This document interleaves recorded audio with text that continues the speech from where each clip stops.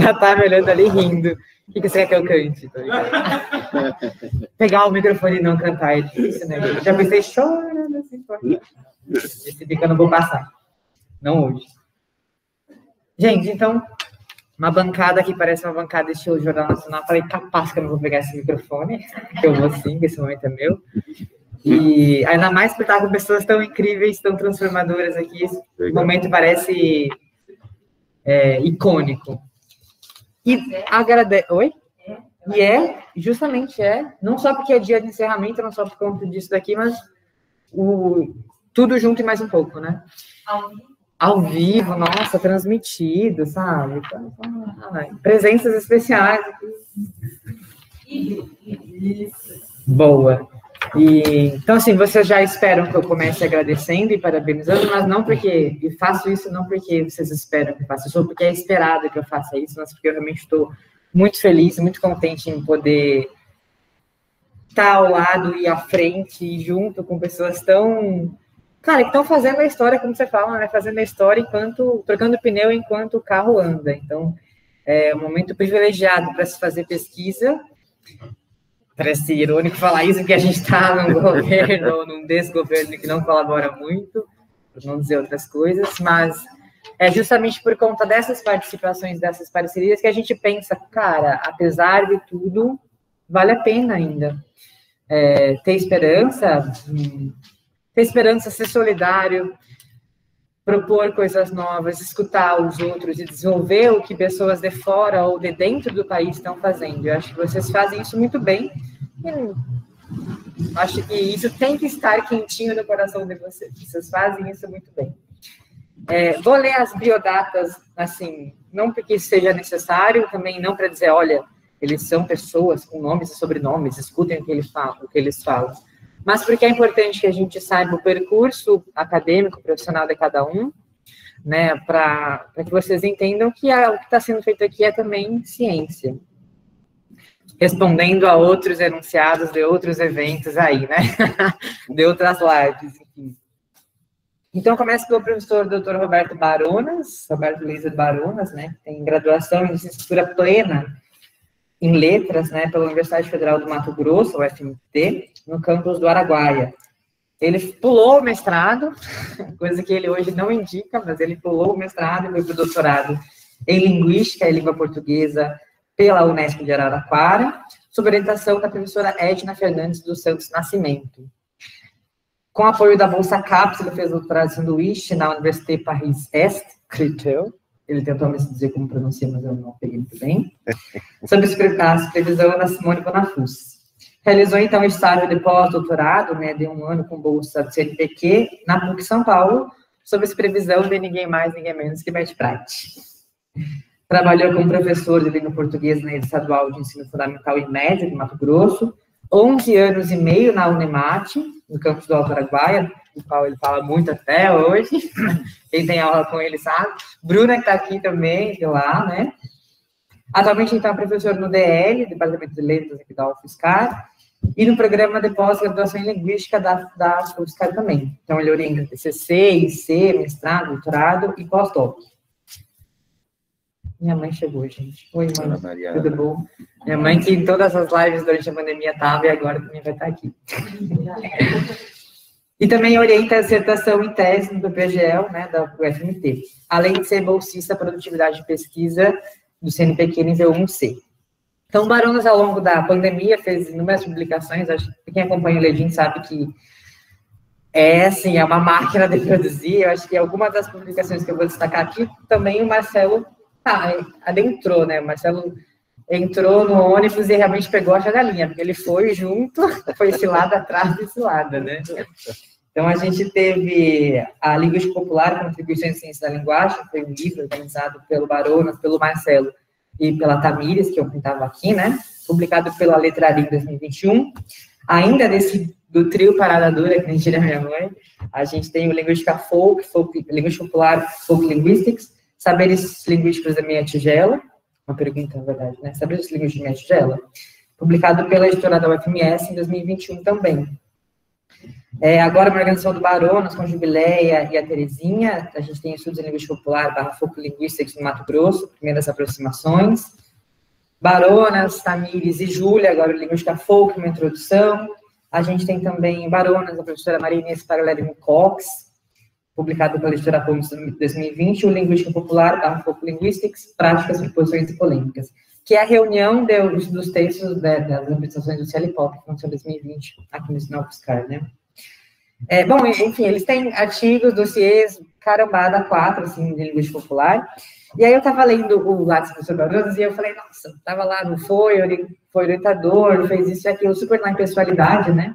E aí, do nada, me chega uma debreagem zona iniciativa de pessoas, assim, aquelas, fala, logo no final, ele diz assim, defenda uma sociedade brasileira mais justa e igualitária. Eu falei, nossa, tudo bom, uma quebra, né, quebra de expectativas, né? Bom, enfim, Marcelo Rocha Barros Gonçalves, possui graduação, mestrado e doutorado em todo o percurso acadêmico na Unicamp, um filhotinho da Unicamp. Atualmente professor associado no campus de Coxim, da Federal do Mato Grosso do Sul, desde 2005, né? Então, foi coordenador de graduação no curso de Letras, Português e Espanhol, entre 2005 e 2006, e durante o reconhecimento de curso, e entre 2012 e 2017. Então, tem aí experiências passando estresse nas coordenações da vida, pelo visto, né? Foi coordenação, tem experiência na área de ensino de língua portuguesa, linguística geral, com ênfase em semântica, pragmática, história das ideias linguísticas, sociolinguística, linguística computacional e linguística popular. Como ele diz nos vários encontros, é o linguista de carteirinha, e se orgulha disso, felizmente, né? Nos últimos anos, então, tem trabalhado nas áreas de tecnologia da informação e comunicação. Hoje, então, é pós-doutorando em linguística pela Universidade Federal de São Carlos, aqui, né? Membro do LEDIM, Laboratório de Estudos Epistemológicos e Especificidades Multimodais, do qual o professor Roberto, né, e a professora Lígia coordenam. Membro da Comissão de Historiografia Linguística da Abralim e membro do GT em Historiografia Linguística da ANPOL. Ele é professor associado à Associação de Linguística, Abralim, e da Associação de Linguística Aplicada no Brasil. Ele, em Linguística Popular, tem, além das publicações que eu citei, em organização com Baronas, com Tamires e tudo mais, tem proposto deslocamentos, ao pensar, por exemplo, o Folknur, que é uma proposta de análise em linguística popular, ou mesmo a aproximação entre a linguística popular e a historiografia da linguística. Então, eu já falei bastante, você já deve estar tipo, oh, meu Deus. Vou passar para o Baronas, que acho que agora começa o praguinha a pegar fogo, né? Querido, tudo teu. Então. Bom, então, bom dia, né, a todas, todos e todos. Uma alegria muito grande estar aqui, né, junto com o Marcelo, somando essa mesa, né, nunca dividindo, né, sempre somando essa mesa. Tá aqui com o Lauro, agradeço aí, Lauro, as gentis palavras, tá, de apresentação, gratidão, tá? E, bom, a gente pensou, então, para essa mesa, né, como tema desta mesa, falar um pouquinho, né, de um projeto que a gente começa a desenvolver, né, o marco inicial desse projeto é justamente o Micarel Pop, né, este evento, é um projeto financiado pelo CNPq, né, que é uma das agências de fomento do governo federal, tá?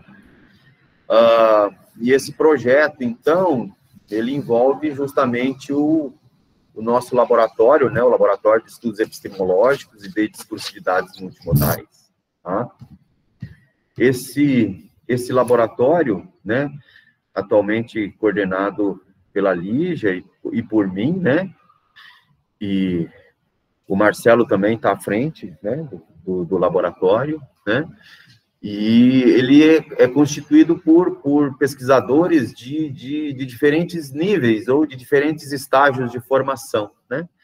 Então, é um laboratório que congrega pesquisadores, por exemplo, que estão na graduação, né, pesquisadores que estão fazendo sua IC, pesquisadores que estão fazendo seu mestrado, seu doutorado, pós-doutorado, né? Então, é um laboratório que busca congregar aí pessoas em diferentes estágios de formação e também pessoas de diferentes instituições, né? Então, a gente tem pesquisadores, por exemplo, da UNEMAT, né, da Universidade do Estado de Mato Grosso, pesquisadores do Instituto Federal do Sul de Minas Gerais, né, pesquisadores da UENG, da Universidade de Minas Gerais, né, pesquisadores do Instituto Federal de Sorriso, né, do IFMT, né, pesquisadores da Universidade Federal de Mato Grosso. Então, ele congrega aí uma gama muito grande de pessoas, né, e como disse, em diferentes estágios de formação, né? Eu acho que a gente consegue, né, com esse tipo de prática, aprender muito uns com os outros, né? Então, assim, uma breve apresentação desse nosso laboratório, tá? Então, e é esse laboratório que deu origem a esse projeto do CNPq, tá? Mas para a gente falar um pouquinho, então, desse laboratório, como que a gente chegou nesse projeto, eu acho que é importante a gente falar que, de quatro, sobretudo para os nossos alunos da graduação, né, eu acho que é importante a gente falar de quatro projetos, né, de peso que a gente desenvolveu coletivamente, né, com esse grupo, com essas pessoas, diferentes estágios de formação, com essas pessoas em diferentes instituições, né, que a gente desenvolveu, né, durante esse período da pandemia, tá? Então, a gente desenvolveu coletivamente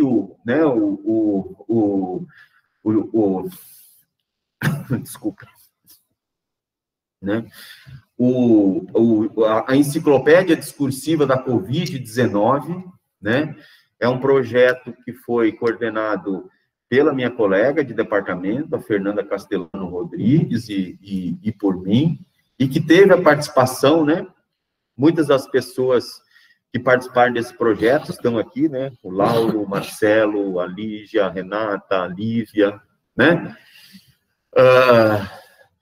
Um projeto extremamente importante, tá? Depois eu vou falar um pouquinho mais detidamente sobre ele, tá? Depois a gente desenvolveu, ou em paralelo, a gente desenvolveu um outro projeto também, chamado Discurso em Tempos de Pandemia, em duas fases, fase 1 e fase 2, tá? Reunindo pesquisadores de diferentes espaços, né? Pesquisadores do discurso, pesquisadoras do discurso de diferentes espaços, de diferentes geografias, né? Então, a gente teve, por exemplo, participações como da professora Suzy Lagazzi, da Unicamp, da professora Débora Masman, por exemplo, da Universidade Federal de Alagoas, do professor Dominique Menguenot, né? Do professor Dominique Menguenot, da Paris 4, do professor Van Dijk, da Universidade Pompeu de Fabra, de Barcelona, né? Professora Mariane Pavot, né? Então, várias pesquisadoras, vários pesquisadores, e desenvolvemos esse projeto tentando mostrar aquilo que efetivamente o discurso, enquanto área de conhecimento, tem a dizer sobre a pandemia, né? Então, foi um trabalho bastante interessante, né? Foram 14 lives no primeiro discurso em tempos de pandemia, depois foram mais 14 no segundo, tá? Fizemos também um trabalho que a gente acha extremamente importante, que é a constituição da primeira escola, né, primeira escola solidária de altos estudos do discurso, né? Também com 10 lives, com pesquisadores também, praticamente do mundo inteiro, pesquisadores do discurso, falando sobre temáticas atuais do discurso, né, a partir de diversas perspectivas, né, a partir de uma perspectiva, por exemplo, da semiótica gremasiana, a partir de uma perspectiva de uma AD digital, como no caso da Pavot, né, de uma análise do discurso de base enunciativa, Foucaultiana, né? E essa ação, ela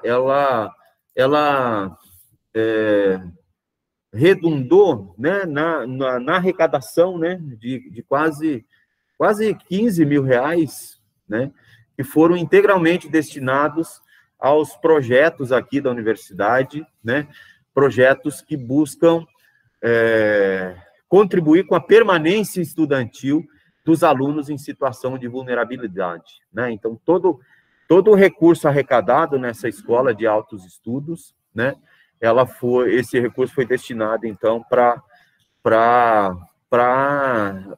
os alunos, né, para minorar o sofrimento dos alunos aqui em situação de vulnerabilidade, né? Vocês sabem, não preciso dizer que a gente vem num crescendo, né, desde antes, mas de 2018 para cá, a gente vem num crescendo de completo corte de recursos, né?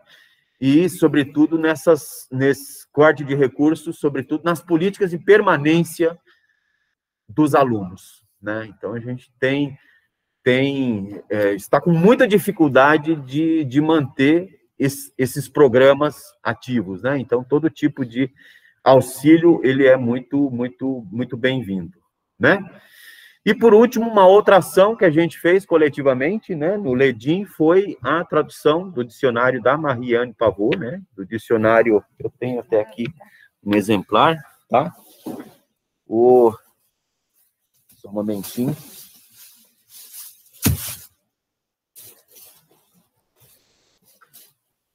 Esse dicionário, né, da Mariane Pavot, né, Análise do Discurso Digital, Dicionário das Formas e das Práticas, né, que foi uma ação bastante interessante também, né, que envolveu muitos dos colegas do LEDIM, né, a Lígia, a Renata estão aí, né, me envolveu muitos dos colegas, né, que foram tradutoras, muitos dos colegas, né, do LEDIM, mas também envolveu outros pesquisadores e outras pesquisadoras do discurso no contexto brasileiro, né? Então, tivemos colegas da UFMG, colegas da Unisul, né, colegas da UENG também, né, então colegas da UFSCar Sorocaba, né, então foi uma ação bastante interessante também, tá? Então, esses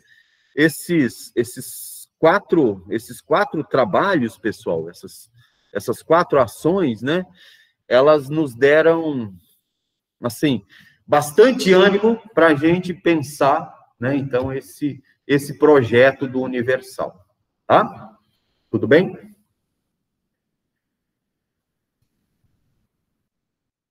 Ah, tá. Desculpa. Tá, perdão. Tá? Bom, não sei quanto tempo eu falei, me perdi aqui, mas eu vou falar, assim, muito, muito rapidamente, antes do projeto do Universal, eu vou falar, assim, muito rapidamente dessas quatro ações, né, que eu acho que vale a pena, né, sobretudo para a galera que está começando, né, a galera que está iniciando na linguística, iniciando, assim, presencialmente, né, tá? Bom, queria falar, então, um pouquinho dessa proposta, né, da enciclopédia discursiva da Covid-19. Como disse, né, foi um projeto coordenado pela minha colega, pela Fernanda, por mim, com a participação, né, de, salvo engano, 26 pessoas, né, 26 pesquisadores, 26 pesquisadoras, né, e foi um projeto bastante interessante, porque a gente tentou fugir um pouco do que seria um dicionário de termos, né?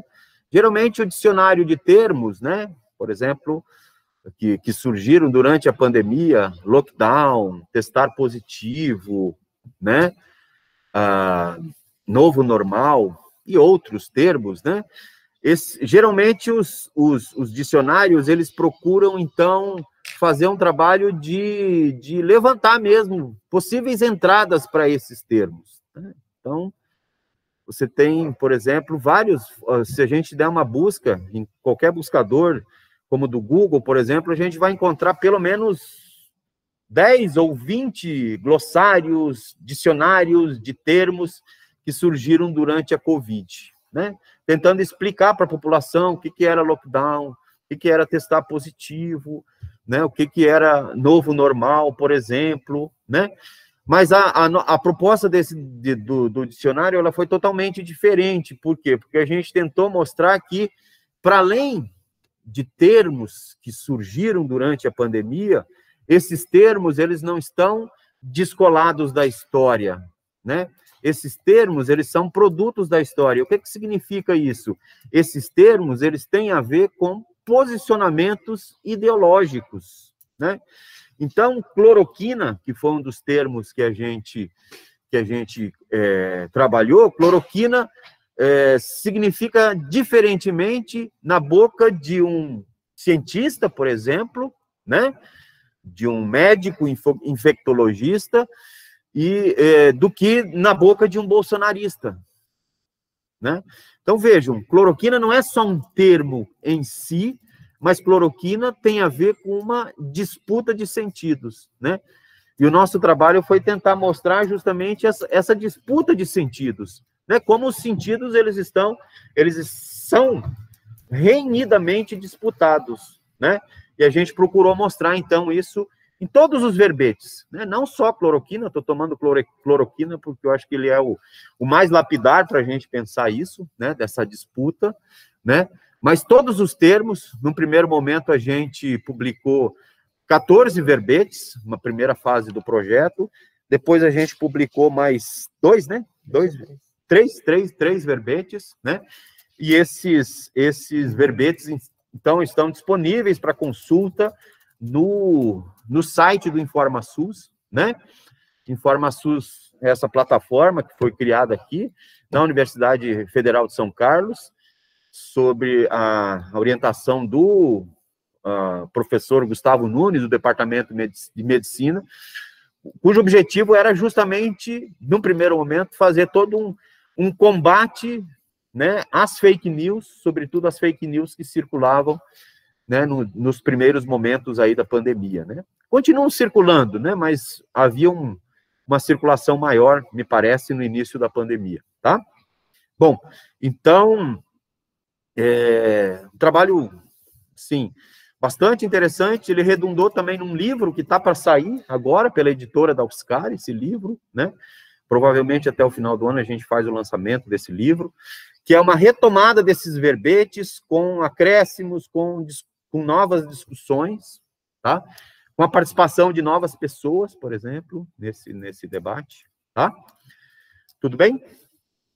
Bom, então eu queria tomar aí a enciclopédia discursiva da Covid-19 como uma espécie de representação metonímica do que nos incentivou, nos motivou a pensar esse projeto, então, do CNPq, tá? E aí eu passo diretamente, então, para o projeto, tá? Pode ir direto, por gentileza, senão eu vou tomar muito tempo, né? Tá, mais um pouquinho. Bom, esse projeto, né, então, que a gente teve êxito, né, teve aprovação, né, queria fazer um registro também, né, apesar de a gente ter feito tantas coisas aqui, enciclopédia, as lives sobre discurso em tempos de pandemia, a tradução do dicionário, né, a própria ESAED, né, por conta de toda a situação da pandemia e também por uma questão particular minha, né, eu estava bastante desmotivado para propor esse projeto, né, e aí o Marcelo foi fundamental, né, para dizer, não, vamos propor, né, e realmente apesar de a gente ter feito tudo isso, mas eu estava bem desmotivado, então queria agradecer, Marcelo, você, né, se incentivou a gente a fazer esse projeto, propor, né? Então, esse projeto parte, né, então, daquilo que a gente já vinha fazendo, né, no laboratório, né? Nesse laboratório, então, a gente tem, basicamente, três eixos, né? 3 programas de pesquisa. No primeiro, a gente discute alguns deslocamentos epistemológicos da análise do discurso, né? Quer dizer, a gente tenta pensar como que essa vinda, essa trazida da análise do discurso no Brasil, como que ela significa, da França para o Brasil, como que ela significa, né?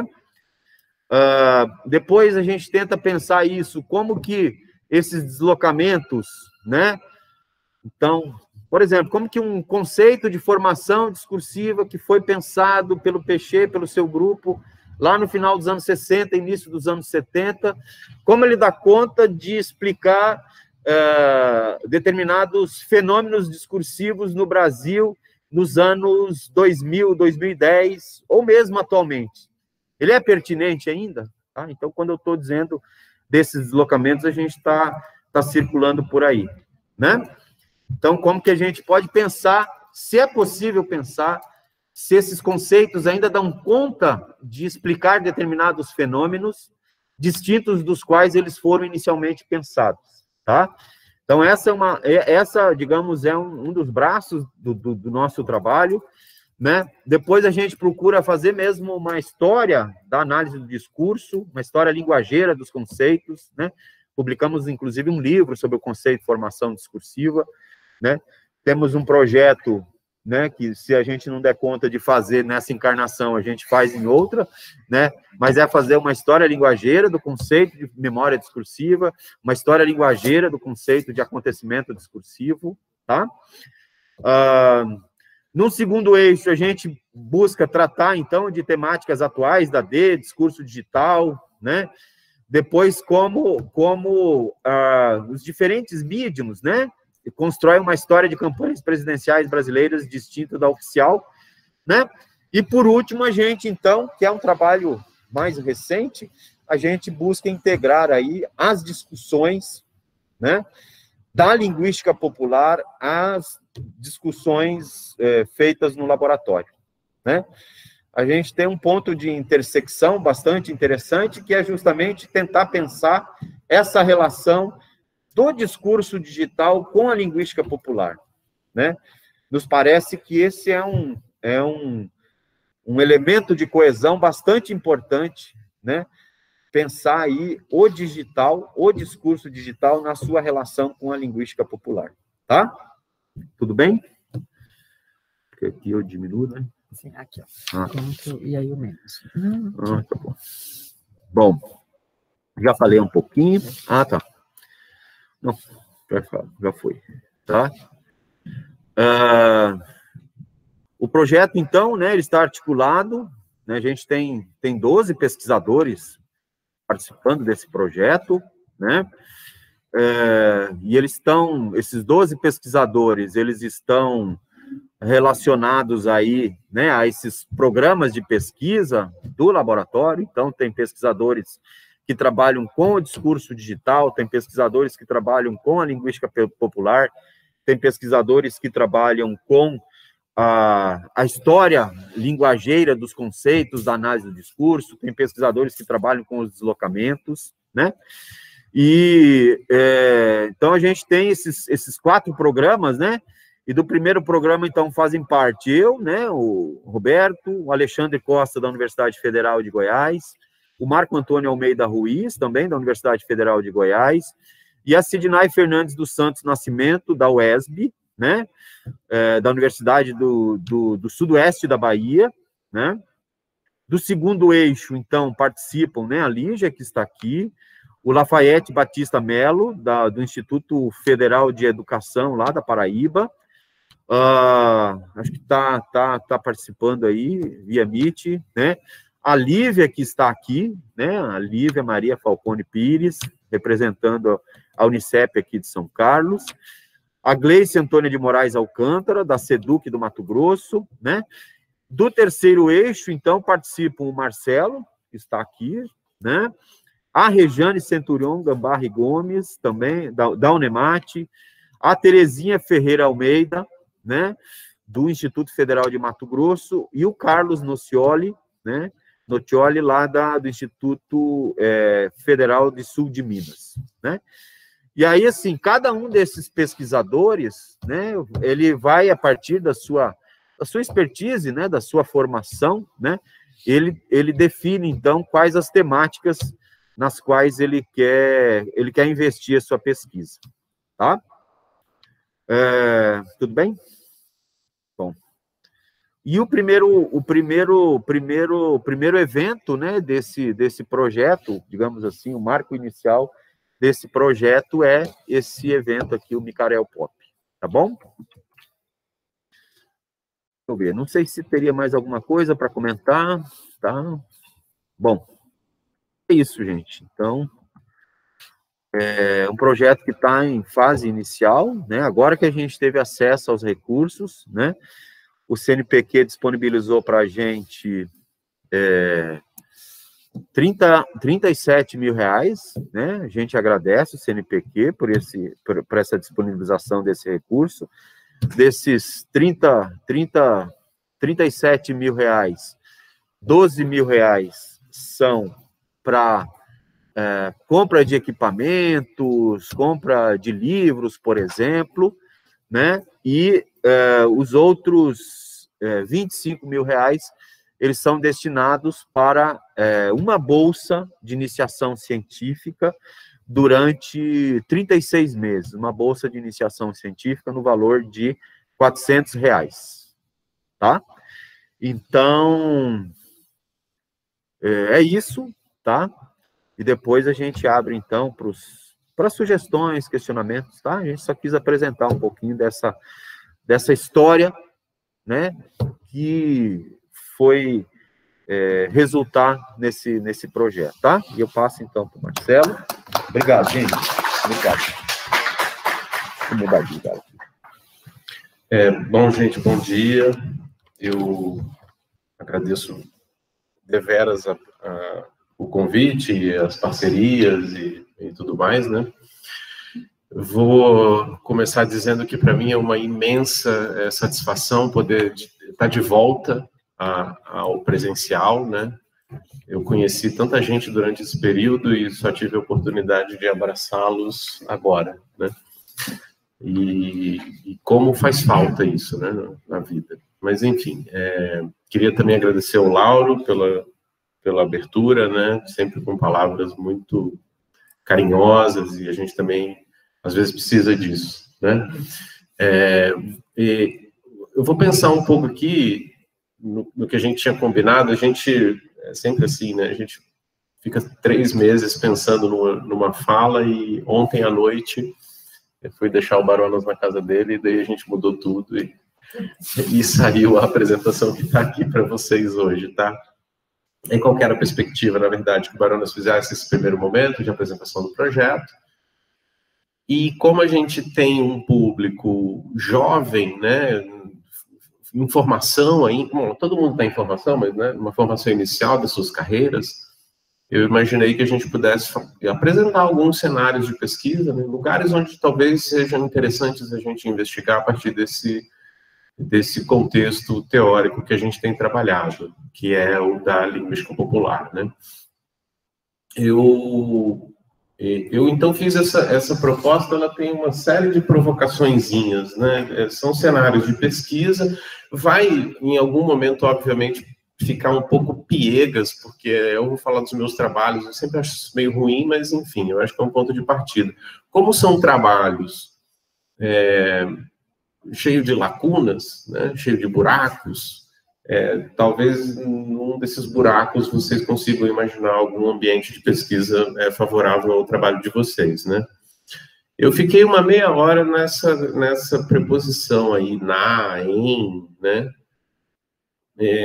Por quê? Porque daí eu já parto de um pressuposto teórico importante, que é o de assumir que existe uma linguística popular brasileira, né? A gente que tanto falou em geografias, né, no começo da nossa aventura teórica, né, especialmente eu, que não tenho formação na área do discurso, então a minha chegada ao LEDIM também, eu acho que, para mim, foi extremamente enriquecedora. Tive aula com todos os grandes discursivistas da Unicamp, Ciro Pocente, Suzy Lagasse, Rio Rolândia, etc. mas eu sou ex-chomskista, né? Então, ainda tenho lá, e eu vivo essa esquizofrenia, porque quando eu me reúno com os discursivistas, eles dizem que eu sou da hard linguistics, e quando eu estou com o pessoal da hard linguistics, eles dizem que eu sou muito humano, né? Mas a gente vai vivendo, tá? Então, assim, já começa com uma provocação, né? De que existe uma linguística popular brasileira, assim como a gente poderia falar de uma linguística popular norte-americana, de uma linguística popular francesa, russa, e etc. Tá? E aí eu vou delinear a minha fala pensando um pouco nesse horizonte, né?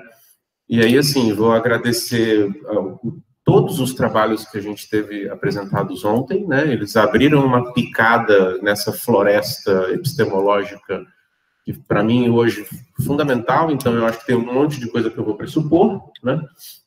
Então não vou ficar remoendo muito, né? Mas a gente pode tirar algumas conclusões.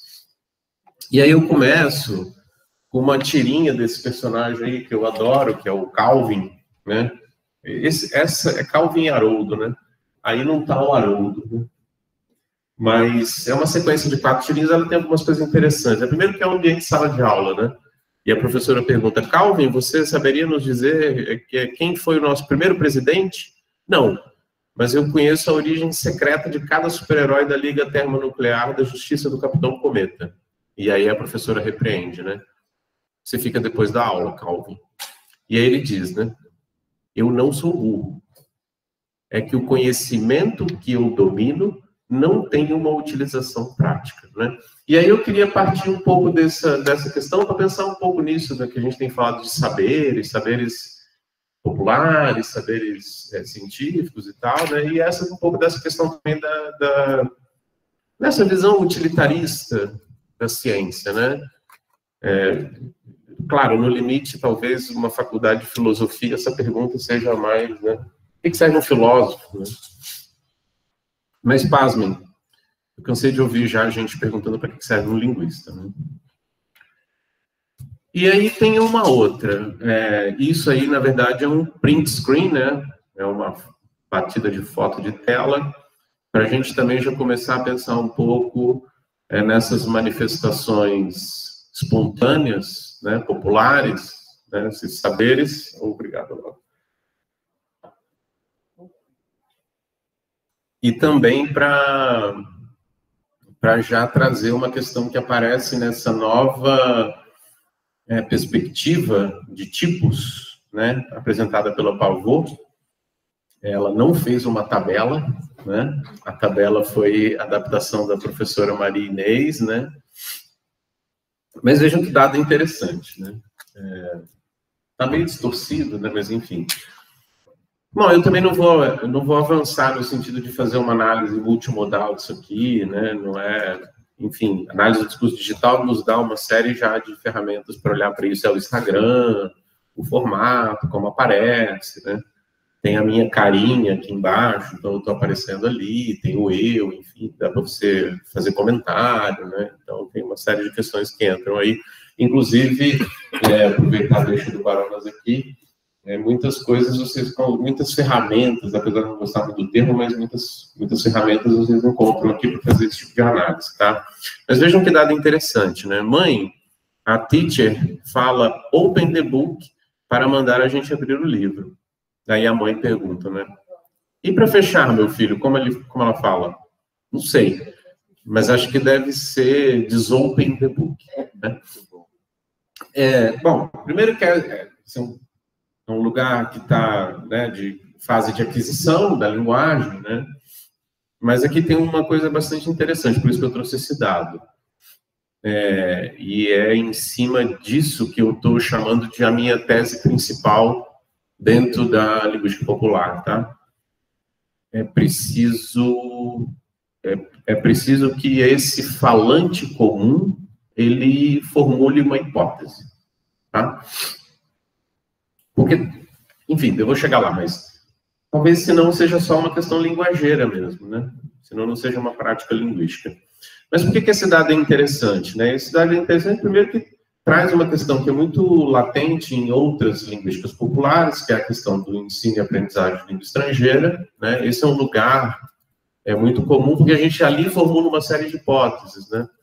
E aí diz um pouco de respeito também dessa provável convergência, né, entre a linguística e a linguística aplicada, por exemplo, tá?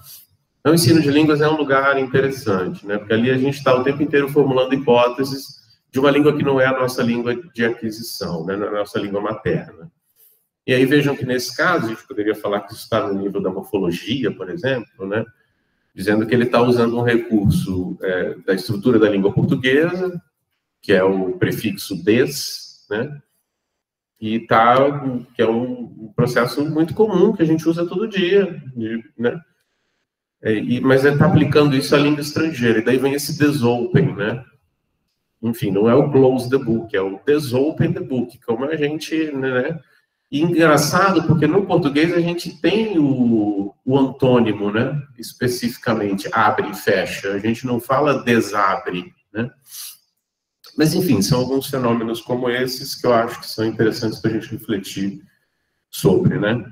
E aí eu vou falar um pouco, então, de teoria, né? Aproveitar que a gente falou bastante ontem, como eu disse, já agradeço as meninas, inclusive, por abriram esse caminho. Mas eu queria situar um pouco no meu lugar, porque, como eu disse, eu não sou da análise do discurso, né? Então, eu sou desse campo que a gente chama de historiografia da linguística. Eu estou aqui pensando especificamente no Swigert, né? Eu tô colocando os meus estudos dentro do que eu chamo de estudos ecolinguísticos, né? Conforme ele, né? São estudos que dizem respeito ao entrelace entre concepções de usuários e concepções de linguistas, tá? Isso não é novo, né? Na verdade, até nesse delta T aí, nessa linha do tempo, está em vermelhinho ali, porque a contribuição é da Lídia, né? Eu tinha chegado até o Bloomfield, na verdade, com um texto onde ele vai falar sobre manifestações secundárias e manifestações terciárias de linguagem. Isso é um tema que aparece na discussão do Hoyningsveld, né? O Hoyningsveld, o trabalho, a conferência é de 64, mas a publicação sai em 66, tá? Um dos entusiastas desse paradigma popular é o Heinz, né? Naquela mesa, inclusive, ontem a gente chegou a comentar, estava o Labov, o Samarin, o Houghton, o Heinz, e eu tinha me esquecido também, mas estava o Ferguson, que é um grande, né, grande linguista da linguística aplicada, né? O Heinz, ele é um grande entusiasta, ele vai publicar depois o Traditions and Paradigms, isso não foi traduzido para o Brasil, onde ele vai falar bastante sobre a questão desses saberes, desses conhecimentos, que são conhecimentos populares, né? E mais recentemente, então, a gente tem esse texto do Brackbill. Esse texto é importante, inclusive, porque é um texto onde vai haver essa distinção entre práticas linguageiras e práticas linguísticas, né? Eu acho que é a centelha que a Pavot utiliza para estabelecer as práticas, né, linguísticas. E aí a gente tem, então, de volta a velha geografia, né? Pavot, Preston, Antus e tal. Daí a gente, de novo, volta e fecha esse circuito de análise. Isso aqui, na verdade, está, de novo, né, gente? Eu acho sempre ruim, muito piegas, ficar falando dos próprios trabalhos, mas isso aqui está publicado na revista da Bralin por conta de um dossiê em historiografia da linguística, tá? E é resultado dos trabalhos da comissão que eu faço parte, que é a comissão de historiografia da linguística, tá? Mas aí vem a questão, né? O que é isso, seu linguista, né? E aí a provocação ali não está aparecendo direito, mas o seu aqui no português brasileiro, a gente usa o seu como um pronome de tratamento, né? Seu fulano, seu ciclano, né? E é, de certa maneira, meio respeitoso, né? Aquele tom meio de respeito. E aí eu estou brincando um pouco com isso, né? Do que é, né? Estou aqui nesse lugar, como seu linguista, né?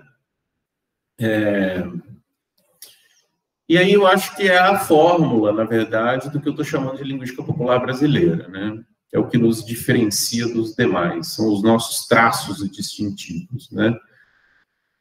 Então, eu estou aqui pensando numa discussão que apareceu muito ontem, né? A gente via passando aqui nos slides, acho que a Lívia talvez tenha sido o fora da curva quando foi falar de Preston, né? Mas era tudo pavô, segundo pavô, conforme pavô, né?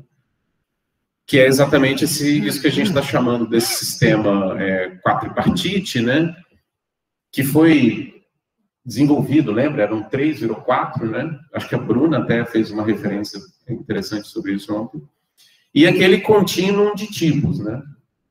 Do linguista ao não linguista, passando por uma série de camadas, são porosas, né? A gente não vai conseguir bater martelo. Essa, inclusive, é uma crítica que eu tenho feito aos nossos trabalhos, aos nossos colegas, né? Concordo que é um gesto teórico importante para arrumar o campo, mas a gente não pode parar aí, né? E aqui foi uma prática normativa ou uma prática militante? Não, mas esse cara é um ludolinguista ou ele é né? O que eu tenho usado para fugir desse problema inclusive, eu não tenho falado nem mais em não linguistas, tá? Por quê? Porque daí a gente lida com um problema de tempo, né?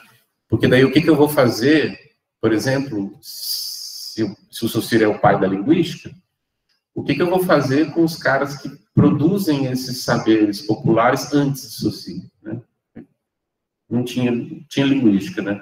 A mesma coisa no caso do Brasil, é um problema que a gente enfrenta para analisar autores. Eu fiz esse comentário ontem com a Tamires, né? E aí, o que a gente faz com Amadeu Amaral, com Tenor Nascentes, com Marcos de Andrade, por exemplo, que existem antes da fundação dos cursos de letras linguísticas no Brasil, né? Então, a minha questão é menos o diploma, tá? Até porque foi um pouco desse alerta que eu fiz a Tamires. Se prepara, porque eu tenho apanhado quando eu saio por aí dizendo que o Antenor Nascentes e o Mário de Andrade, por exemplo, são linguistas populares, tá?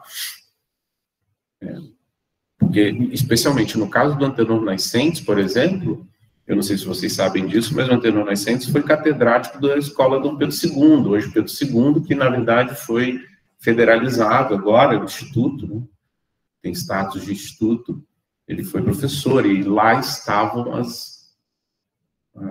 a nata, the cream do pensamento sobre linguagem no Brasil, né?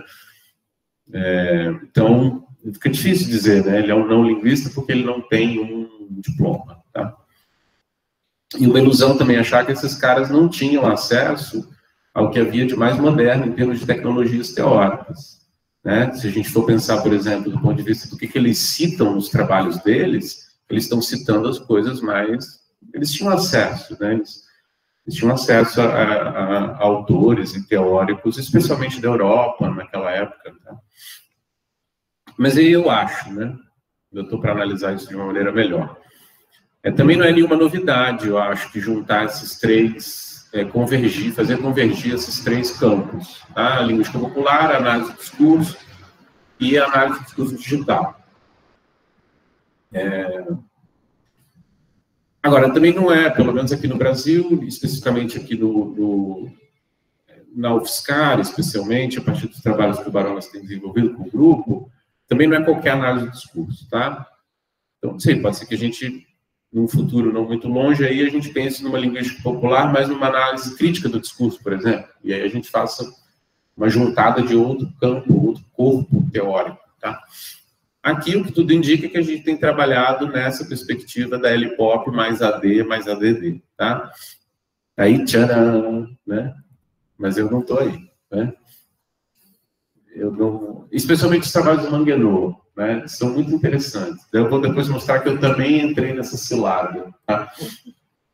Mas vamos lá, isso aí é um modelo que é proposto pelo Preston. Esse modelo também foi reformulado, inclusive na primeira publicação, isso é legal dizer, do Folk Linguistics, esse eu esqueci de trazer, que o Baronas mostrou ontem, 2 de capa verde, assim, né?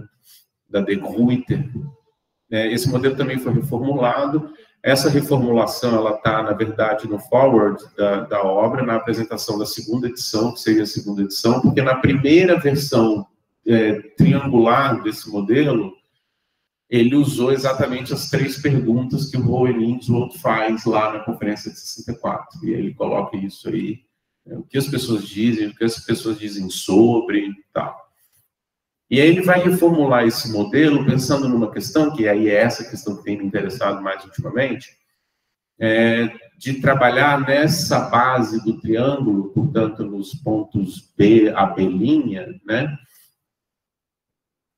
que estão num contínuo, né, embaixo, e que dizem respeito, na verdade, a essa oposição entre reações conscientes e comentários sobre a linguagem, e vai até reações inconscientes para a linguagem, tá?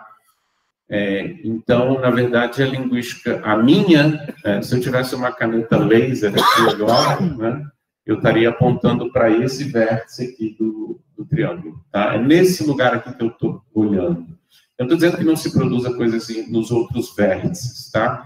Eu estou aqui, a minha pesquisa está normalmente aqui, que é pensar nessas reações conscientes e nesses comentários sobre, tá?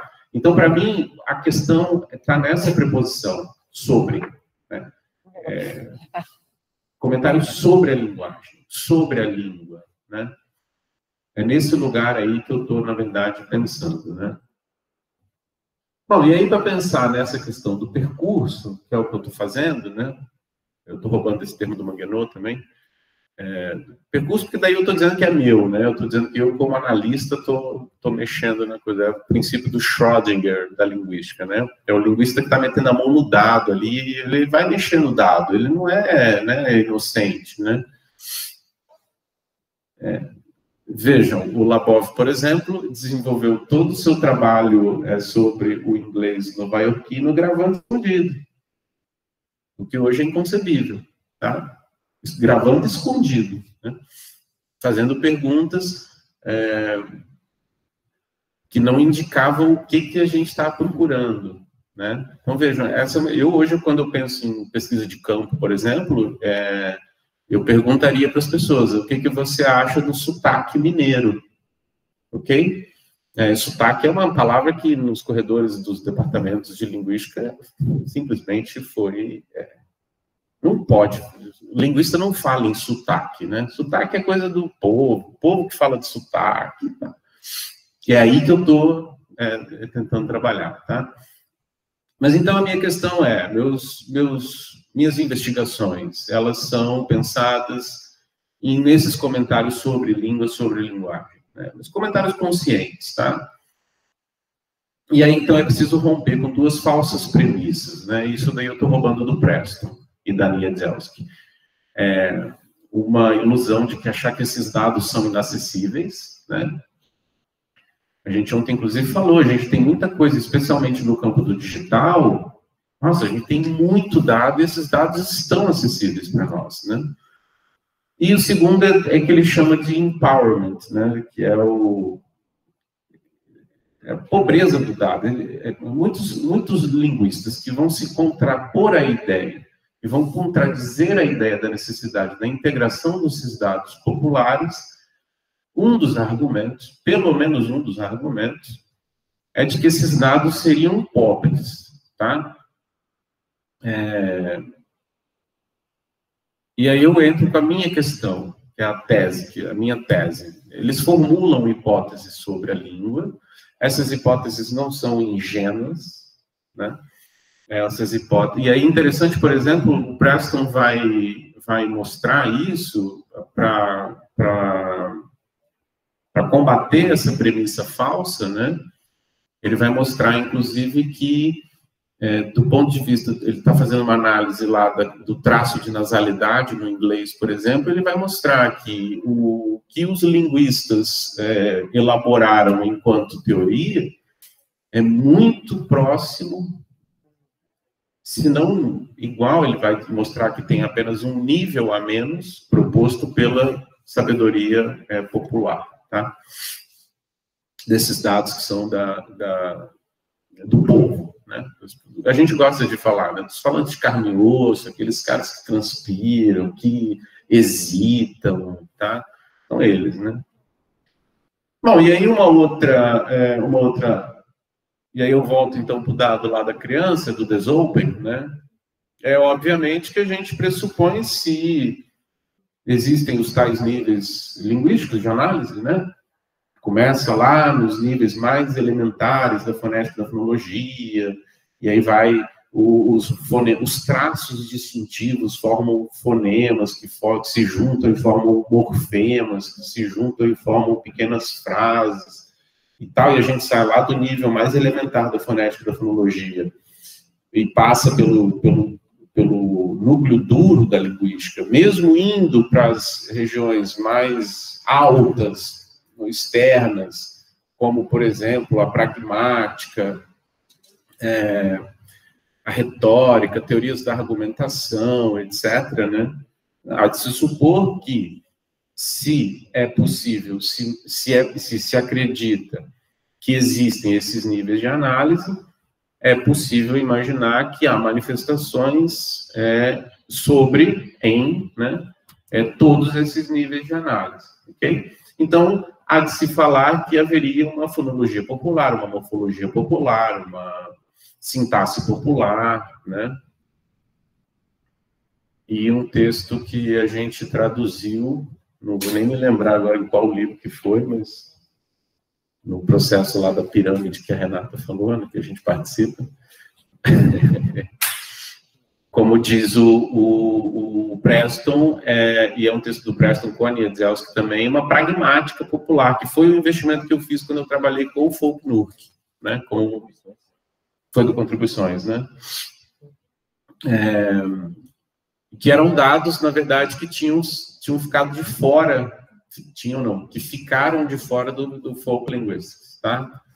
E aí ele retoma esses dados, eram dados que estavam com ele já, mas eles não usaram o livro, e aí publicaram esse artigo, tá? Que é o Pragmática Popular. Então, até nisso, né, a gente pode falar que há comentários sobre, né?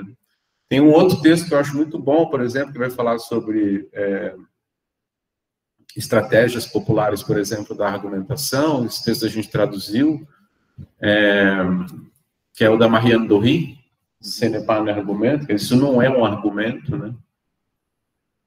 E eu particularmente tenho vivido muito isso, eu tenho usado isso como um bordão, né? Quando as pessoas começam a me encher muito o saco, eu falo, isso aí não é um argumento, tá? Aquela coisa do tipo, você viu que o ministro da Educação foi flagrado falando, comprometendo o presidente da República. Tá? E o Lula?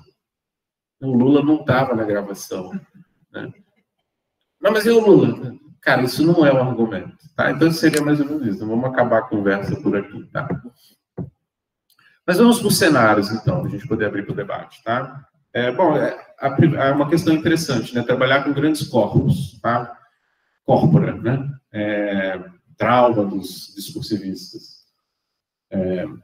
Porque o discursivista tem uma resistência de não usar ferramenta tecnológica. Mas ele não vai conseguir ler todos esses dados, né?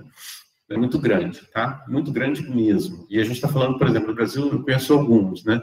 A gente tem, por exemplo, um grande corpus, que é o NURC, que é o projeto da norma urbana culta, tá? A única capital, isso aí a gente faz um agradecimento nominal aqui ao professor Miguel Oliveira Júnior, que foi o nosso presidente da Associação Brasileira de Linguística no último biênio.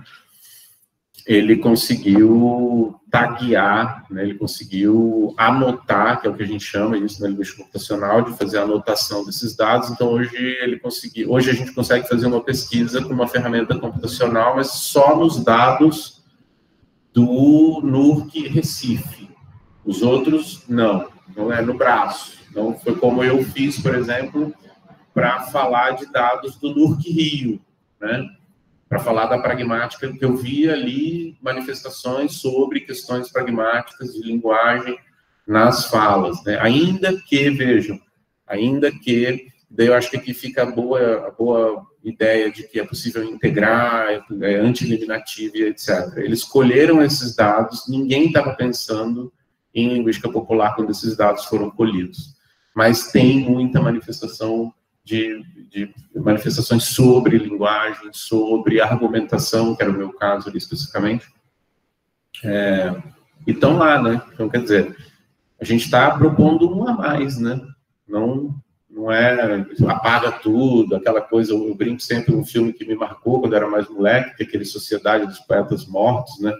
Aquela coisa de, oh, Captain, my Captain, e rasga os livros. Não, a gente não está falando nada disso, pelo contrário, é uma questão de juntar essa turma toda numa sala só, de preferência acolchoada, porque vai ter pau, mas a gente se resolve, né? E aí esse texto foi um texto que foi publicado na Ponto das Letras, por conta de um dossiê organizado pelo Baronas, né? E aí só uma telinha, né? Nesse texto pretendemos revelar como os dados populares são recorrentes e podem ser observados no projeto de estudo da norma urbana culta, né? Que é o NUC, iniciado no final dos anos 60 nas cidades brasileiras, Recife, Salvador, Rio de Janeiro, São Paulo e Porto Alegre. Tá? Nesse caso, eu fui fazer um trabalho com o que a gente chama de, eu estou chamando de pragmática folk, né? Sim, tem outros, né? Eu ia falar dos corpora. Tem o Tycho Brahe também já está anotado, né? Tem mais dados de morfologia e sintaxe. A gente tem o PHPB, né? E aí fica aqui minha homenagem à professora Rosa Virgínia de Matos. Inclusive, agora, 2022, completa 10 anos do seu passamento, né? E aí, ainda no cenário 1, porque eu estou falando de grandes corpora, né? Esse é o não está no prelo, porque ainda não submeti o texto, não sei também se vai ser aprovado, né? Mas é um trabalho, eu estou chamando de cartas baianas, né? Na verdade, são cartas de editoriais de jornal, de redatores e leitores do jornal. Eu peguei só o primeiro período, que é do começo do século XX. Meu doutorado foi nesse período, dentro dessa perspectiva de uma história das ideias linguísticas. É um período que muito me interessa. No Brasil, ele tem, na minha perspectiva, uma condição especial para a constituição da linguística no Brasil, né? É o período pós-república, né? Que é quando a gente, de fato, pode dizer que se livrou dos portugueses, né? Enfim, aí o meu trabalho com gêneros do discurso e linguística popular, tá? Aí eu vou, sim, vou recorrer ao arsenal teórico da análise do discurso, especialmente do Manguenot, para tratar essas questões das unidades tópicas do discurso. E depois eu vou mostrar um outro exemplo aqui, mas assim, menos, eu estou olhando nesse caso, menos para essa questão das práticas e dos tipos, né? Então, assim, claro que uma hora no texto isso vai ser interessante para eu poder olhar para o corpus e dizer, tem uma prática normativa aqui, tá? Mas o que me interessa, por isso que eu estou falando de formular hipóteses, eu quero olhar para esse linguista popular no momento em que ele está formulando essas hipóteses, né? E conscientemente e tal. Então, eu estou olhando, eu estou enxergando ali que esse linguista, esse cara, esse falante comum, esse cara, é um bom termo, esse cara, ele está fazendo um trabalho com essas estruturas das unidades tópicas do discurso, né? A gente sabe que tem, por exemplo, as cartas, elas têm uma unidade mais ou menos estável, para usar uma terminologia bakhtiniana, né? São tipos relativamente estáveis de enunciado e tal. E aí eu consegui enxergar algumas coisas ali, vendo que eles estão mexendo com essas estruturas da carta, né? Então, essa coisa das marcas de interlocução, é preciso ter um remetente destinatário, emissor receptor, então essas coisas elas são meio que chacoalhadas ali, né? Aí tem um exemplo, eu só separo ali, só para um trechinho no final, né? E aí é interessante que tem também uma discussão deles representando a instituição, o jornal, né? Então deixa de ser uma questão pessoal especificamente, né? Mas ele diz ali no final, né? Ainda assim, os tais senhores do município, o município é um outro jornal, dizem que sabem português quando nem ao menos conhecem a gramática, né? Ora, senhores beócios, né? Procurem um outro meio de contestar. Não mintam, né? Porque a mentira, além de condenável, é horripilante, tá? Enfim, vejam, isso é uma prática normativa, né, por excelência, prescritiva, né, e passa pelo julgamento que ele tem da outra pessoa. Você é um burro, você não sabe o que você está fazendo, você não sabe nem gramática. Funciona como quase um argumento de autoridade, né? Esse segundo eu trouxe também só rapidinho para a gente olhar o que eu estava falando sobre essa questão das discussões, e aí puxando de novo o texto da Marianne Dorry, né? A questão, há de se falar também de uma teoria da argumentação popular, ou uma teoria popular da argumentação, seria melhor assim, uma retórica popular, se preferirem, tá? E ele está lá dizendo, foi xingado, aquela coisa toda, e ele termina dizendo, como não sei lutar no campo da injúria e da calúnia, né, desisto do combate. Então, é um pouco isso, né? Eu, inclusive, acho que eu tomo isso aqui como conselho de vida, né? A pessoa começa a te ofender muito, você fala, tchau. É o jogo do Vasco que eu sofro menos, tá? Mas, enfim, né? Aí, outro cenário. Eu estou aqui falando do primeiro cenário pensando em grandes corpos. Então, tá aí já. Você não precisa nem ir para campo colher dado. O dado já está colhido, tá? É a questão de como investigar isso. O segundo cenário é para trabalhar nessa relação que eu estou chamando de autor-práticas, né? E tipos, enfim, fazer esse trabalho aí que é interessante também. Mas aí tem, né? Aproveitando a deixa da Tami ontem, Amadeu Amaral, Mário de Andrade, Antônio Nascentes, né? Eu até trouxe aqui também um pouquinho, isso é coisa de velho, né? Esse aqui, por exemplo, é a primeira edição do Dialeto Caipira, do Amadeu Amaral, em 1920, tá? Esse daqui já é a primeira edição do Antônio Nascentes. Esse trabalho eu estou correndo contra o tempo para ver se a gente consegue publicar ele a tempo do CLPOP, tá? Tem que trazer ele para o português, para ortografia moderna, não é um trabalho muito simples, né? O Mário de Andrade, daí eu sou suspeito para falar, porque o meu pós-doutorado, na verdade, teve como carro-chefe o meu investimento nisso, né? Mas isso também não é uma novidade, assim, não. Novo é dizer que o Mário de Andrade é um linguista popular. Isso é novo. Dizer que ele é linguista não é novo, de jeito nenhum, né? A gente tem, pelo menos, 2 trabalhos muito interessantes sobre, né? Eu acho que, na verdade, deveriam partir, né? Eu parti da Edith Pimentel. A Tami fez referência, o Baronas fez referência a esse livro ontem também.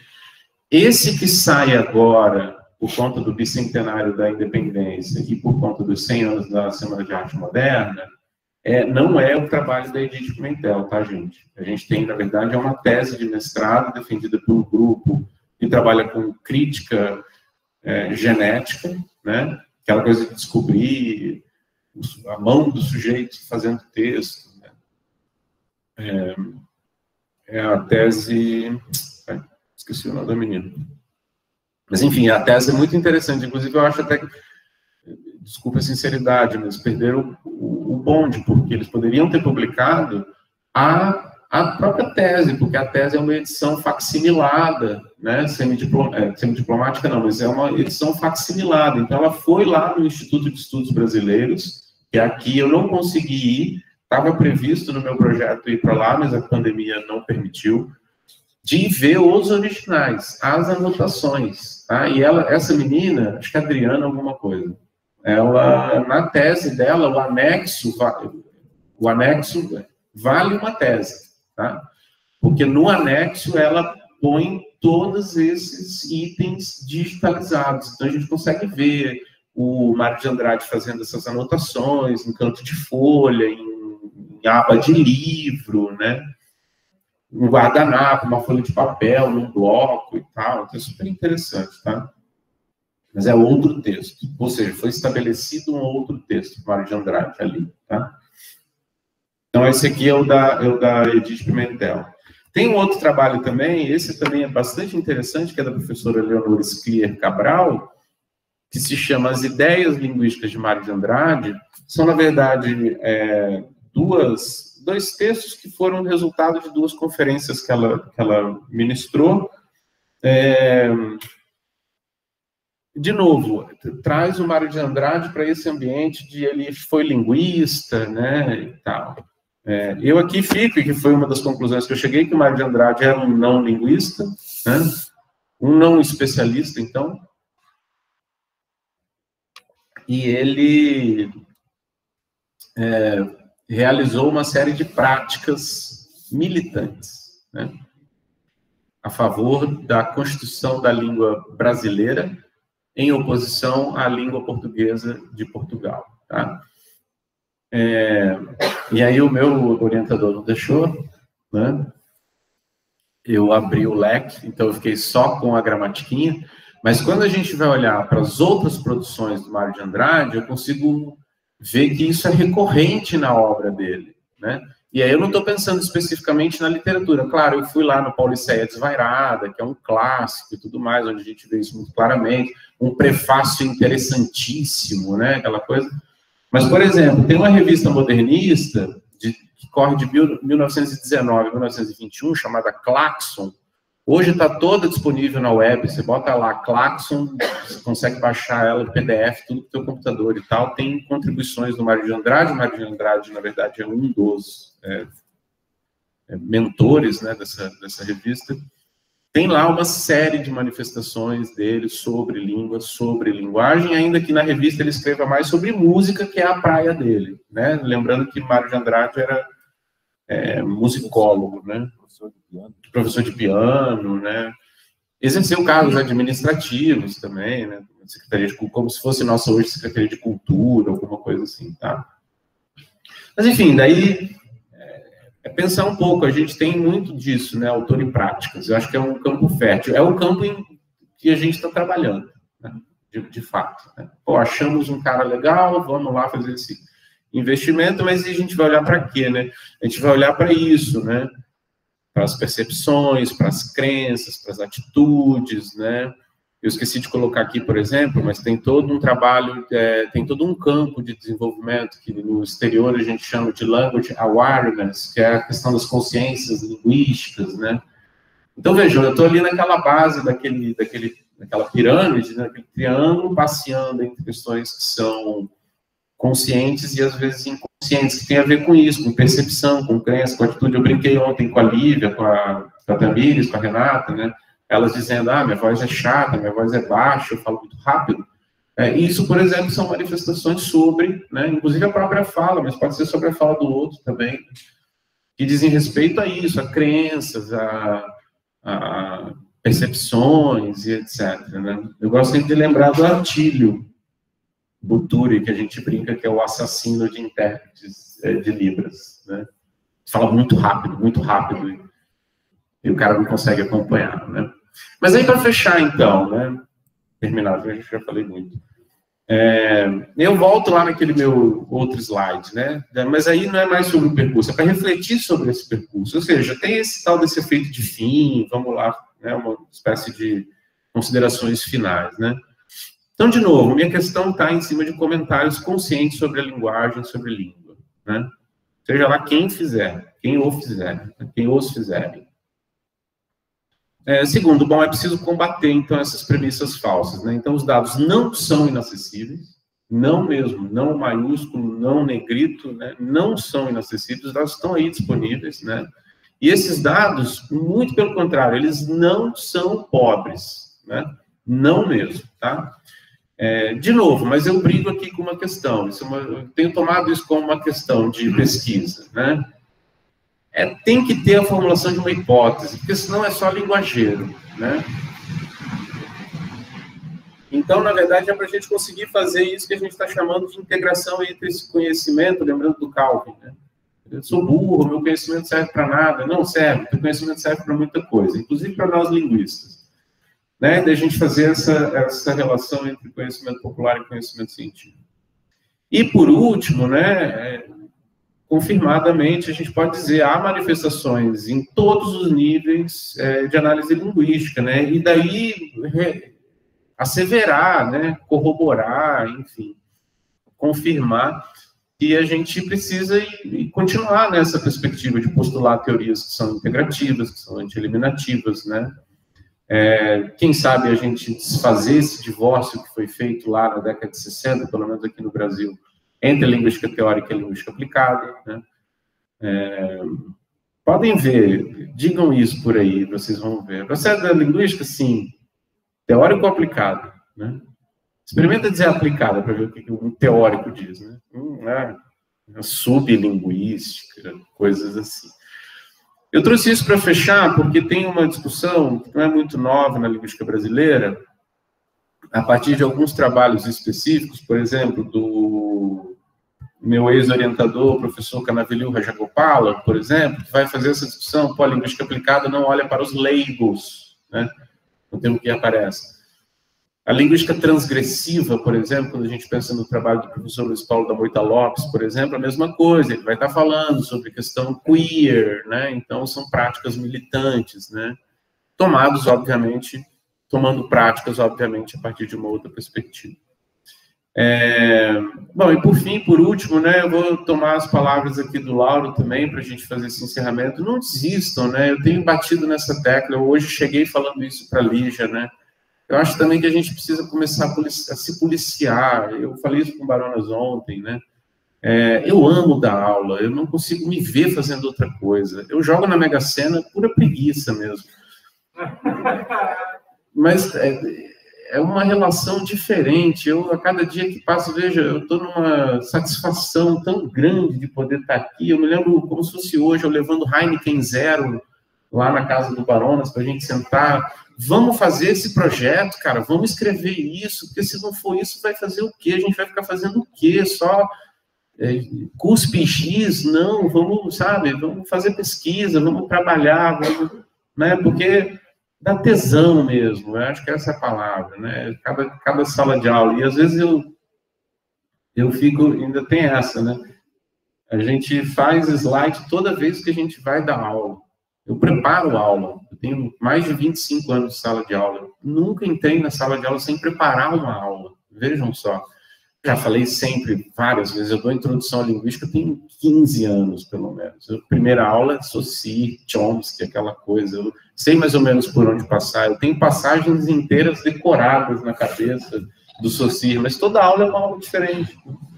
Porque tem uma turma diferente, porque tem uma pergunta diferente, porque tem um público diferente, né? Então, é extremamente animador, né? Baronas sabe, não estou falando isso aqui na frente porque muitos de vocês estão aqui não, mas como eu saí empolgado daquele encontro que a gente teve na segunda-feira, né? Nossa, Baronas, que turminha bacana, cara, que legal. Eu sei, isso dá um tesão, né? Como eu brinquei antes de entrar, se vocês não tiverem um contrato com a Google no 8º semestre, vai para pesquisa, né?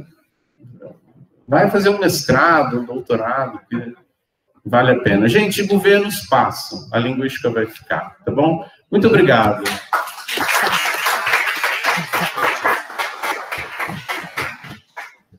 Eu acho que a gente abre agora para o debate, para discussão.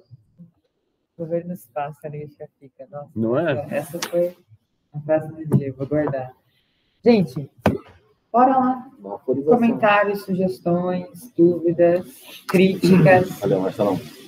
Eu vou levar o microfone, porque aí o pessoal do Meet consegue ouvir, tá bom?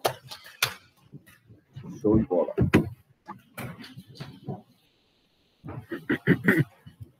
Sim, Marcelo, muito obrigado por esse percurso e algumas reflexões que impulsam a debater, a discutir sobre a dicotomia consciente e inconsciente. Tenho um comentário, uma dicotomia importante, também para a linguística popular.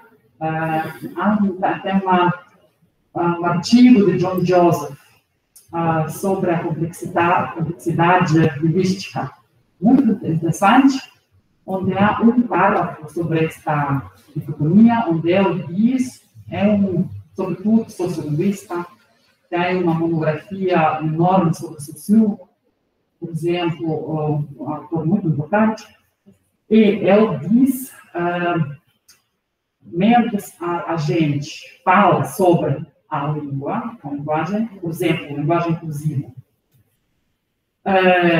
Está falando, isto para os linguistas duros não é linguística. São discursos, estão debatindo, não sabem como responder. Quando a gente fala, simplesmente fala, isso é linguística.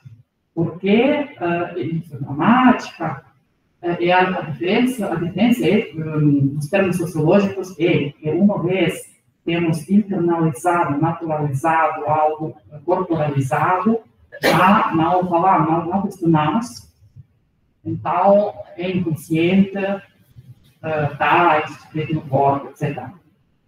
Então, parece-me muito interessante este parágrafo, que ilustra, mostra essa diferença. Eu acho também que a linguística popular deveria delimitar-se, deveria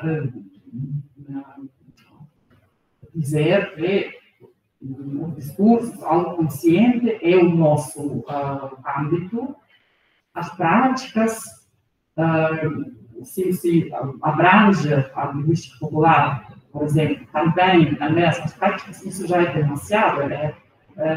Significaria que a linguística popular é a linguística do curso, é tudo a linguística popular. Por isso, acho que esta delimitação é útil. Não é muito sempre fácil, porque também as práticas, por exemplo, que podemos incluir as práticas que ajudam a entender melhor os discursos. Mas as duas coisas ao mesmo tempo, tudo é vasto, é impossível abranger. Sim, muito bem. Saussure, como pai da linguística, eu sempre estou alérgico a isso, porque antes de Saussure temos já Humboldt, temos Schubert, Whitney, muitos nomes, tudo do século XIX, França, Alemanha, muitos outros países, etc. Assim que Saussure está tão inovador, eu fui uma estratégia muito brilhante, não é brilhante, mas tudo o que fez já tinha existido antes dela, né? Então, como comentário.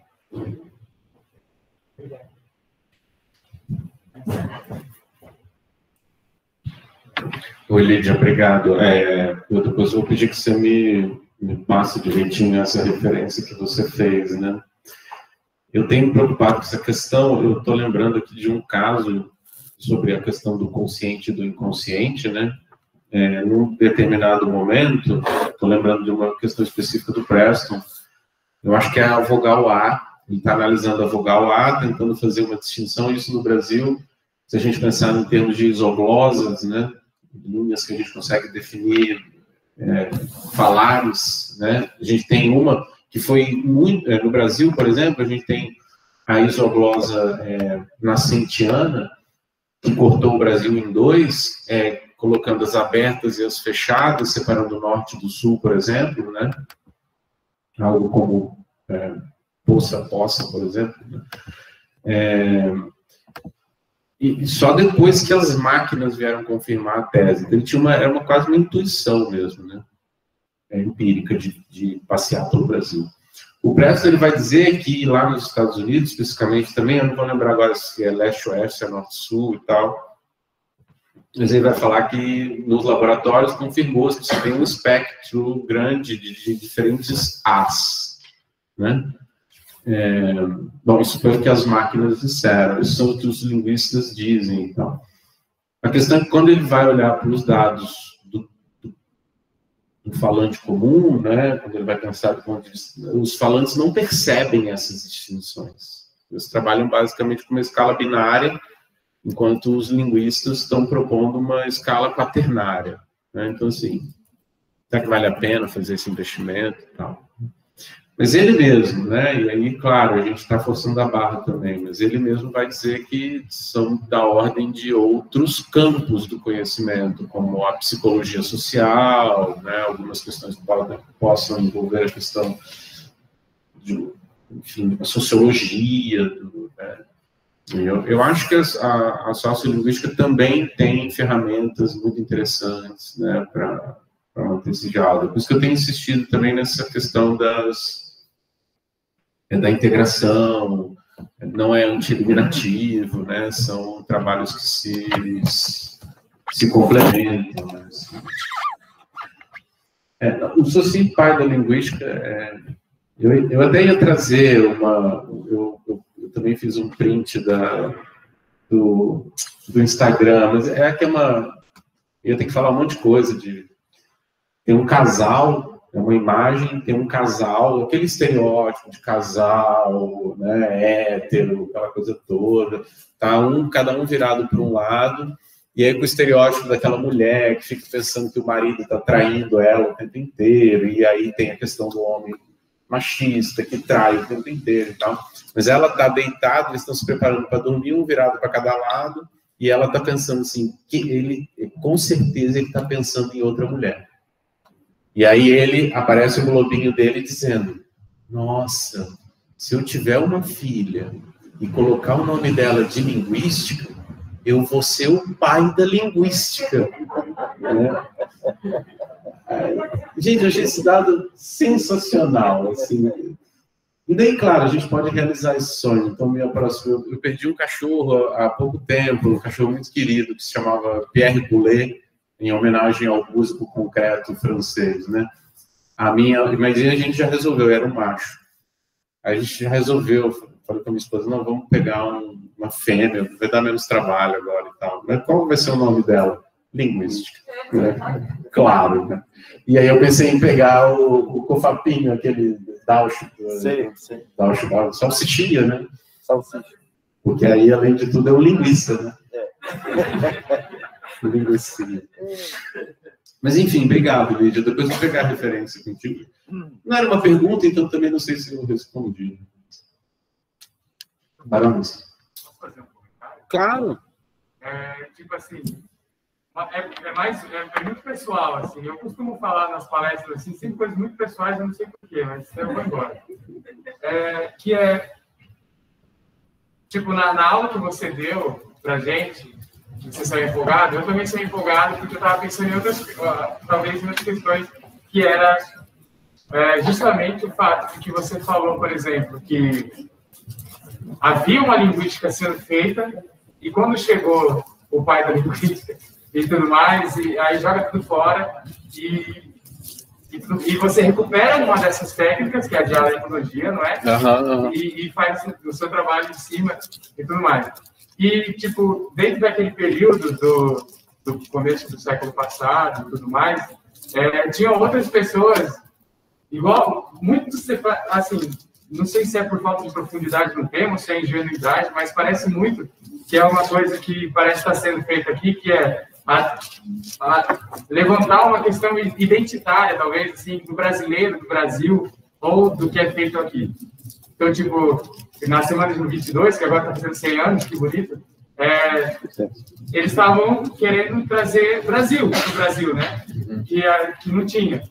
E parece que tem uma ligação muito forte. Até a gente tinha falado de antropofagia na outra aula, de segunda-feira, e aí ontem alguém falou alguma coisa também das mulheres que tinham falado de antropofagia. E naquele período, logo depois, assim, teve o movimento para o Brasil, o movimento antropofágico e tudo mais, depois da semana de 22. E vocês acham que, de repente, essa linguística popular brasileira, que foi, por exemplo, essa proposta sua de que ela existe, seria uma tentativa de ter, não uma linguística popular brasileira, mas uma linguística brasileira, novamente?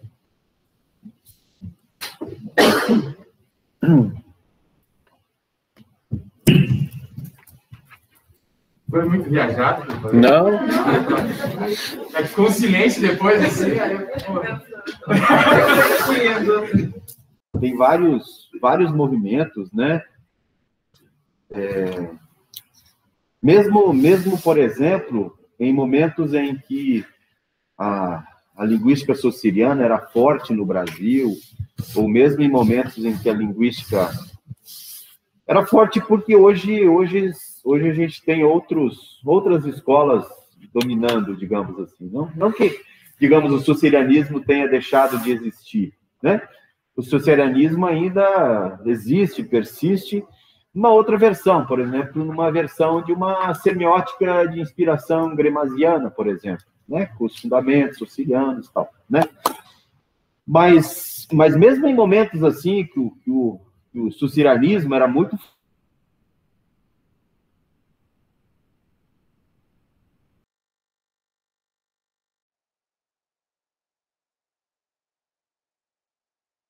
né? Eu cito, por exemplo, a gramática construtural, né? Que foi uma proposta elaborada pelo professor Enio Bach, da PUC de Curitiba, e pelo professor Geraldo Matos. O Geraldo Matos ainda está vivo, né?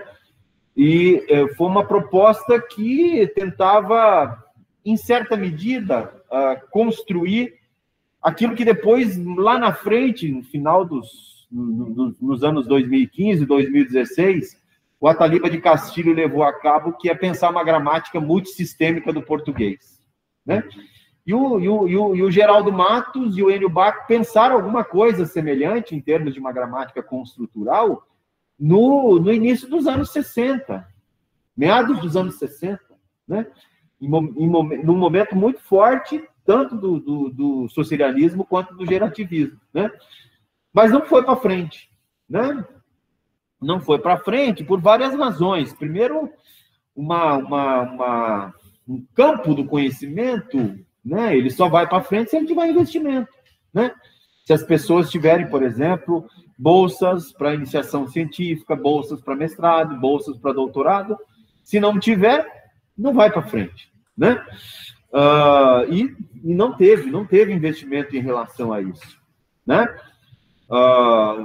Então, é um exemplo de uma proposta que foi criada por 2 linguistas brasileiros e que buscavam se contrapor, inclusive, tanto ao gerativismo quanto ao estruturalismo, né? E há outras propostas, né? Tem uma proposta do professor... esqueci o nome dele, que é professor... Efeito da Covid, viu, gente? Professor da USP, um filólogo bastante importante, foi, inclusive, orientador da professora... Olha só...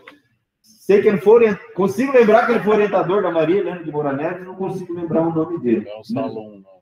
É o Isaac Nicolau Salum, né? Exatamente. O Salum desenvolveu toda uma proposta, uma teoria dos garfos para compreender as relações sintáticas e semânticas que se estabeleciam nos poemas, sobretudo nos poemas do Carlos Drummond de Andrade. Então, ele fez vários ensaios em relação a isso. Daí a teoria dos garfos, porque ele ia puxando, por exemplo, como que o primeiro verso tinha uma relação lá com o penúltimo verso, o segundo com o 15º, e aí ele ia puxando garfos, colchetes, né? E vejam, se a gente olhar isso de um ponto de vista de uma história da linguística, a gente tem aí a gênese de uma linguística textual, né? A gente tem uma gênese de uma linguística textual que avant la lettre, antes da própria linguística textual existir, enquanto proposta, por exemplo, dos pesquisadores alemães, né? Enquanto proposta dos pesquisadores norte-americanos, por exemplo, estou me lembrando de Halle de Razan, né? Do Cohesion in English. Então, assim, várias propostas, mas que efetivamente não foram para frente. Não foram para frente, né? Por que não foram para frente? Não teve investimento, porque, infelizmente, a gente ainda tem muito essa coisa do complexo de vira-lata presente na gente, né? Essa coisa de que, assim, se não tiver a chancela, né? Europeia ou norte-americana, é uma proposta pouco pertinente, né? Felizmente, nos últimos anos, a gente tem revertido isso, né? A partir dos estudos decolonialistas, né? A gente tem tentado, tem revertido isso, né? Então, você tem a valorização desses saberes, né? Locais, desses saberes não legitimados por essa chancela, né? Um pouco do que a Spivak coloca, né? Pode o subalterno falar? Quando ela está discutindo a questão de pode o subalterno falar, ela está criticando justamente o fato de que os grandes intelectuais europeus, à época, né? Foucault, por exemplo, ela tece uma dura crítica ao Foucault, ao próprio Deleuze e Guattari. Ela vai dizer que esses intelectuais, né? Eles falavam pelos subalternos. Não possibilitavam que os subalternos falassem, né? Então, quando ela está criticando, perguntando, pode o subalterno falar, é justamente um pouco nessa direção, né? Quer dizer, o subalterno tem que falar, né? Enquanto intelectual, o que a gente tem que fazer é criar mecanismos para que ele fale, para que a sua voz seja audível, né? E aí a gente, né, a partir, por exemplo, dessas posturas decolonialistas, a gente tem um começo. Essas vozes começam a ser ouvidas, né? Por exemplo, uma discussão que a gente tem muito forte no Brasil agora sobre uma linguística negra, né? Sobre uma linguística negra, né? Que vai pensar aí o negro não mais como o objeto da discussão, né? Não mais o falar do negro como objeto da discussão, mas pensar o negro como um sujeito mesmo, né? Aquele sujeito produtor de conhecimento, né? Então, acho que a gente está num momento bom, acho que a gente está num momento melhor que a gente teve, né? Isso, inclusive, um dado que eu acho que é importante a gente dizer, isso, inclusive, possibilita que você tenha, nesse determinado momento histórico, o surgimento de uma linguística popular no Brasil. Final dos anos 80, isso não seria possível. Isso não seria possível, né? Mas final dos anos 2010, né, isso já é possível, por conta de todo esse ambiente, né, em que saberes, não só os saberes autorizados, passam a circular, passam a ser visibilizados, né? Então, não sei se respondi, né? Acho que eu fiz quase igual só. Tem a saída do Croa também. Essa Sim. Daí o Hilari contava, o professor Rodolfo Hilari, um grande semanticista, o Oswald do Croa. Ele fez um período de estágio na Unicamp, né, dando aula, e ele andava com uma cadernetinha, eu até tenho uma parecida ali, um caderninho assim, e aí os alunos faziam pergunta para ele, né, aí ele parava, ia lá naquela cadernetinha, olhava, ficava olhando, aí fechava, botava em cima da mesa e começava a responder. E aí ele dava um intervalo na aula e os alunos, nossa, deve ser o próprio oráculo, né? Deve ser, Então, e aí um dia montaram o maior plano, porque ele também não saía da sala de aula, daí montaram um plano para conseguir tirar ele da sala de aula, para ir lá, entrar e olhar esse caderninho, né? Qual foi a surpresa? Que quando abriram o caderninho, não tinha nada escrito nesse caderninho, né? Então, na verdade, eu acho que ele parava ali num tempo para pensar, para responder o que eu vou responder, né, essa pergunta. Agora, só um ponto que eu gostaria... Foi esse caderninho dele. Eu só acrescentar uma coisinha, acho que na resposta do Baronas também, né? Tem uma questão glotopolítica, eu acho, em tudo isso. Tem uma questão de política linguística em tudo isso, né? E daí, isso, claro, isso influencia em agências de financiamento, né, e tudo mais. E tem um problema operacional no Brasil, né? O Brasil é muito grande. Quando eles foram a campo, em condições muito mais precárias do que hoje, 1920 é o paulista, 22 é o carioca. Aí você tem lá o trabalho do Mário Marroquim, já é 1930 e poucos, né? E ali na década de 30 você tem uns 8, 10 mini atlas linguísticos, né? E aí, dois problemas. Esse da precariedade do deslocamento, né? E uma questão, quando eles chegaram em algumas localidades, eles se deram conta de que nós não falávamos português. E aí é contra a essência do projeto de nação.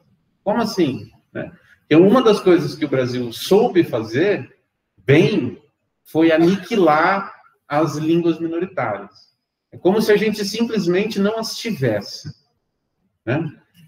Por isso que hoje ainda as pessoas ficam pasmadas e assustadas com, por exemplo, o que aconteceu lá no Amazonas, o assassinato dos indigenistas, né, do Bruno e do inglês, né, do Tom Phillips, do jornalista. As pessoas ficam abismadas, como assim? Né? Tem tribo indígena isolada, né? Sim, tem tribo indígena isolada, né? Então, assim, eu acho também que tem uma questão de natureza política, mas em termos de política linguística, né? A gente aprende isso na escola, é uma coisa tão romântica, né? Ah, é a união dos três povos, como se fosse tudo muito pacífico no Brasil, é tão bonito.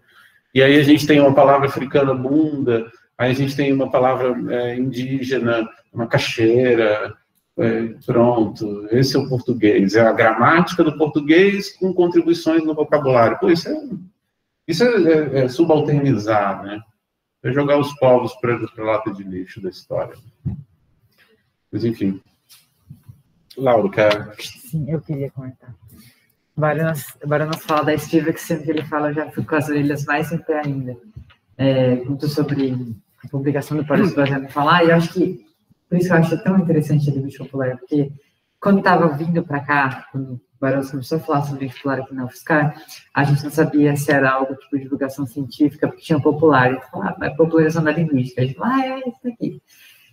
E aí, quando tem live sobre popularização da linguística, sobre divulgação científica, esses vários outros nomes, sempre que a gente ouve, pelo menos na maioria das vezes, que a gente vai falar é sobre levar para o não linguista aquilo que a linguística produz, porque, nossa, o pessoal fica falando e age no ouvido, sabe? Aquele discurso que a gente critica quando professores ou gramáticos, pessoas mais conservadoras falam sobre esses conhecimentos populares. E aí, quando o pessoal fala, tem que levar para o pessoal de fora da linguística, o que a linguística produz e tudo mais, ou tem que devolver para a sociedade o que a gente está produzindo aqui, e aí vem o pulo do gato da linguística, que não é devolver para o pessoal de fora, não é devolver para o não linguista o conhecimento que a linguística produz, mas é ouvir o que o não linguista está falando sobre a língua e trazer para dentro da academia, não só o conhecimento que esse não linguista produz sobre linguística, mas o próprio não linguista, se possível, trazer ele não para ser um linguista, mas para ser um não linguista junto com a gente. Claro, se conseguir trazer para a linguística, melhor ainda, né? A gente sabe que aí, quanto mais linguista, melhor ainda.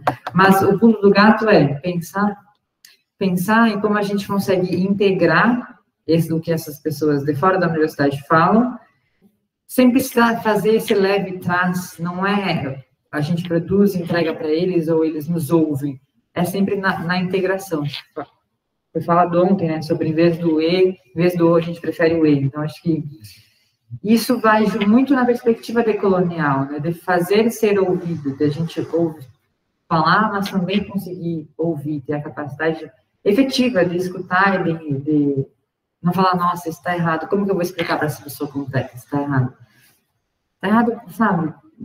Sério, está errado na linguística? Assim, acho que a gente já meio que passou desse ponto, né? Então, enfim, só queria comentar isso.